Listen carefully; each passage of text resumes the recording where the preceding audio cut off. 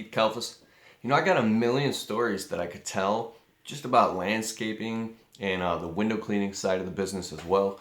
And I'll just tell you a story. Think of this. There's some houses and wealthy clients that I've attracted, and you probably have some wealthy clients too. If not, you will.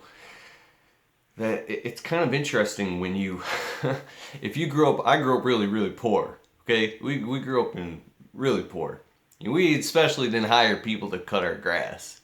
So when you start doing that and you're cutting grass for big mansions and rich people, at first you can be beside yourself and maybe feel unworthy.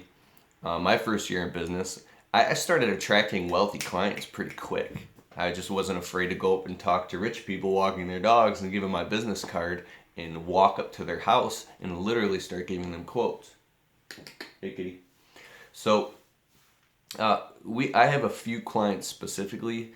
I mean, when you pull up to their house, you go, sure this isn't a shopping mall?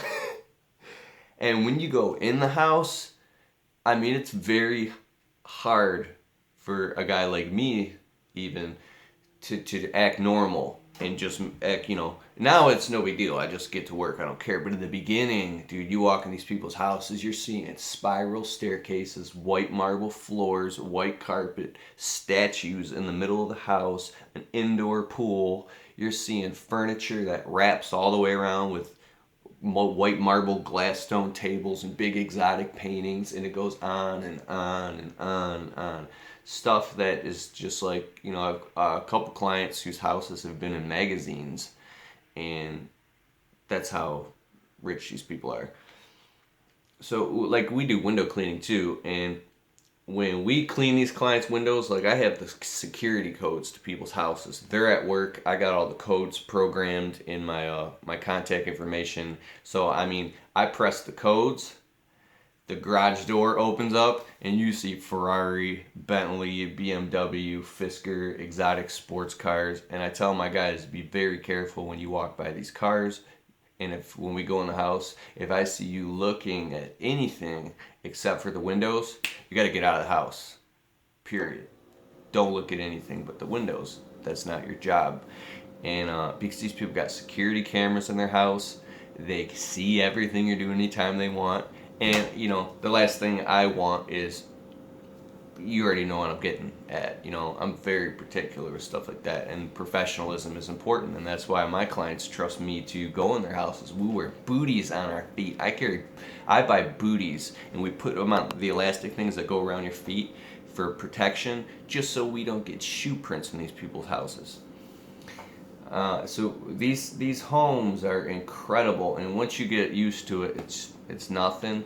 But we're talking about, you're walking on rugs that cost, I'm not kidding you, $80,000 rugs. Just walking 20 feet, you just walked on $500,000 in rugs, and just little items in the house you walk by have been millions of dollars. Paintings that are millions of dollars. I'm not exaggerating. But because once you get to know clients, you ask them questions and they'll tell you anything. They don't care. It's just mind blowing. But so, one client, I accidentally got some drips on his floor after cleaning his windows. I got water drips all across his $250,000 hardwood floors. And I'm not saying anything specific about anybody. I'm not disclosing any information. I'm just talking in general. So I'm not breaking any rules. I can talk about whatever I want, because nobody knows who the hell I'm talking about, because I don't give away private information. Disclaimer. So I got drips all the way across his floors. It's 9 p.m. on a Sunday night. And he calls me. He's like, I get home from work and you just left drips all over my fucking floors. I'm like, honey, I love you. I'll be back in an hour and a half. I had to leave the kitchen table, and I got in my work truck, went all the way to his house, punched in the codes, nighttime, at the Swiffer sweeper, and I Swiffered all his floors spotless. Worked up a sweat, man. And sent him a text message. It said, all set. Boom. No excuses, no nothing. Just, you're all set. And I never did that again. But that's like the type of perfectionism and quality and stuff that these people expect. So if you do like windows, you're up on a ladder in someone's house cleaning some crazy eyelid window that's 25 feet up. You got towels taped around the ladder just so you don't even leave marks on the flat paint. If one little drip drips down, you grab it real quick and stop it with the microfiber towel so it doesn't mess up the walls. Next to like chandeliers and shit, man, and statues all over the place in people's houses and spiral staircases, and you're like, where am I? Is this like Willy Wonka's freaking rich chocolate factory? You go home, you get in your busted ass truck and go back to your little tiny house, start crying, yelling.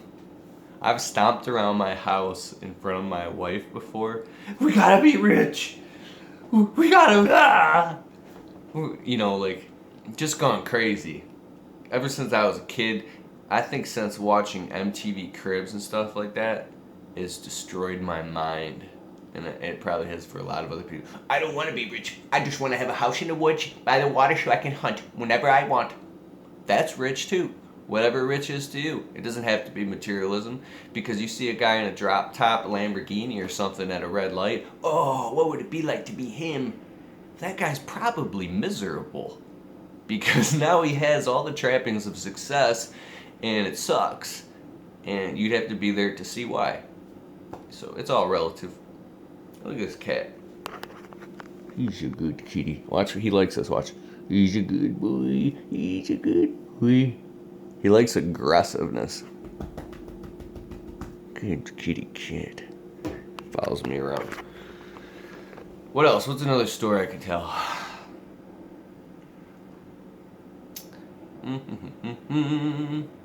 Just crazy. Crazy houses. You be in houses with people. Oh, here's another one.